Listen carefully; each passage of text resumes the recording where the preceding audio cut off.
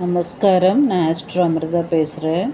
இன்றைக்கி பார்க்க போகிற ஆஸ்ட்ரோ டிப் எதை பற்றி என்றால் சனி கிரகத்தோடு சம்பந்தப்பட்டது தான்.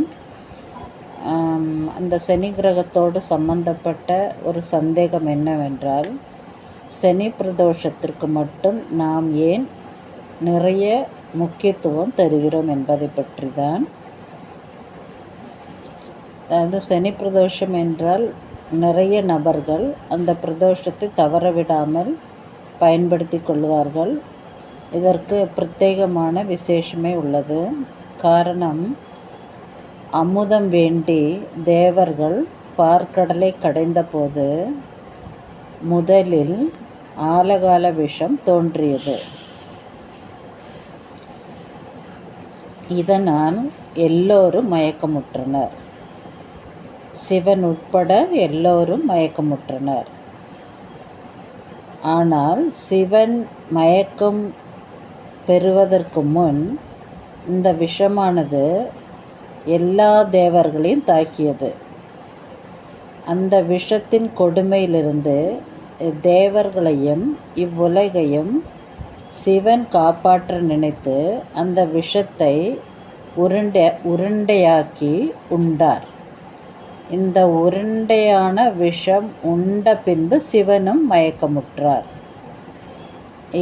இந்த உருண்டையான விஷத்தை உண்ட சிவன் மட்டுமல்ல மயக்கமுற்றது, மேலும் அவரை தாங்கிச் செல்லும் நந்தி தேவரும் மயக்கமுற்றார்.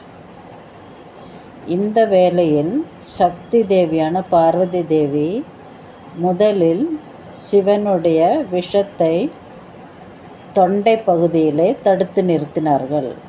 அதனால்தான் சிவனை நாம் நீலகண்டர் என்று அழைக்கிறோம்.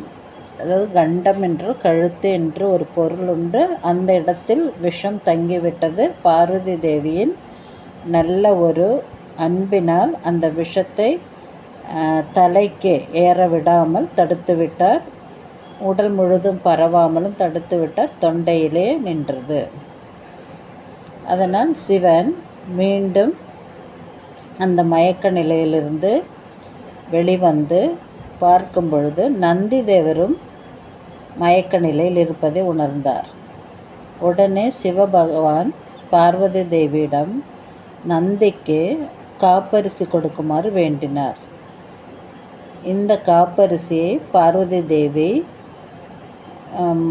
நந்தி தேவருக்கு மயக்கம் தெளிய கொடுத்தார். இந்த காப்பரிசியை சாப்பிட்ட நந்தி தேவரும் பார்வதி தேவியின் அன்பினாலும் சரி, காப்பரிசி கொடுத்ததினாலும் சரி, நந்தி தேவரின் மயக்கமும் தெளிந்தது.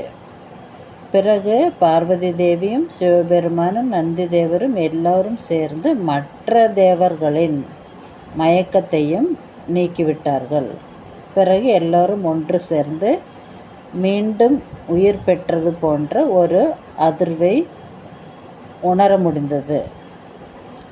இத்தனை பேருக்கு மீண்டும் ஒரு நல்ல உயிர் பெற்ற அதிர்வை அவர்களால் உணர முடிந்தது. ஆனால்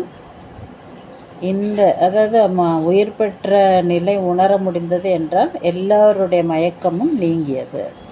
ஆனால் இது நடந்தது பிரதோஷ வேலை என்பது எல்லோருக்கும் தெரிந்ததே தான். அது மட்டுமன்றி தேய்பிறை திரையோதசி அன்று பிரதோஷம் வருவது எல்லோருக்கும் தெரிந்தது தான். ஆனால் இந்த நிகழ்ச்சி, எந்த நிகழ்ச்சி? அமுதம் வேண்டி தேவர்கள் பார்க்கடலை கடைந்த பொழுது விஷம் வந்து அதை உண்டு அதனால் வந்த விளைவுகள் எல்லாம் நடந்தது சனிக்கிழமை அன்று. இந்த மாதிரியான நிகழ்ச்சி சனிக்கிழமை அன்று நடந்தது என்று எல்லோருக்கும் தெரியாது. அதாவது இத்தகைய நிகழ்ச்சி நடந்தது சனிக்கிழமை என்று எல்லோருக்கும் தெரியாது. ஆனால் எல்லோருக்கும் தெரிந்தது தேய்பிறை திரையோதசி பிரதோஷம் வரும், அதனால் பிரதோஷத்தை நாம் கொண்டாடுகிறோம் என்று நினைக்கிறார்கள். ஆனால் இத்தகைய திரையோதசி, அதாவது இத்தகைய நிகழ்ச்சி நடந்தது சனிக்கிழமை அன்றுதான் என்பது நிறைய பேருக்கு தெரியாது. அதனால்தான் சனி பிரதோஷத்திற்கு முக்கியத்துவம் தரப்படுகிறது. இத்தகைய சனி பிரதோஷம் அன்று நாம் சிவனையும் பார்வதியும் நந்தி தேவரின் கொம்புக்கிடையில் தரிசிக்கும் பொழுது நமது இந்த பூமியில் இருக்கும் மயக்கம் தெளிவு வரும். அதாவது நாம் இந்த பூமியில் எதற்காக பிறந்தோம், நம்முடைய கடமைகள் என்ன, நம்முடைய கர்மாக்கள் என்ன, ஒவ்வொரு பிரதோஷத்திற்கு நாம் சென்று வழிபடும் பொழுது சிவ பார்வதி நந்தி தேவரின் அனுகிரகத்தால் நம்முடைய கர்மா, இந்த பூமியில் நம்முடைய கர்மா என்ன என்பதை நம்மளால் நல்ல விதத்தில் உணர முடியும். அதற்கு தக்கபடி நம்முடைய செயல்களை நல்ல விதத்தில் மாற்றிக்கொள்ளவும் முடியும்.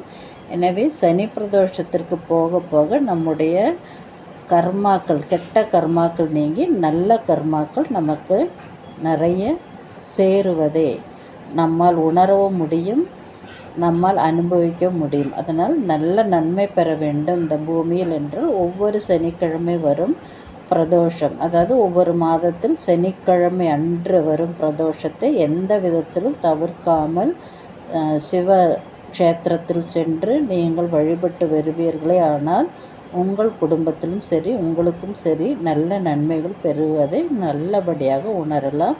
இந்த வீடியோ உங்களுக்கு பிடித்திருந்தால் மற்றவருக்கு ஷேர் செய்யவும், அதேபோல் சப்ஸ்கிரைப் செய்ய மறக்க வேண்டாம். Bye from Astro Amrita.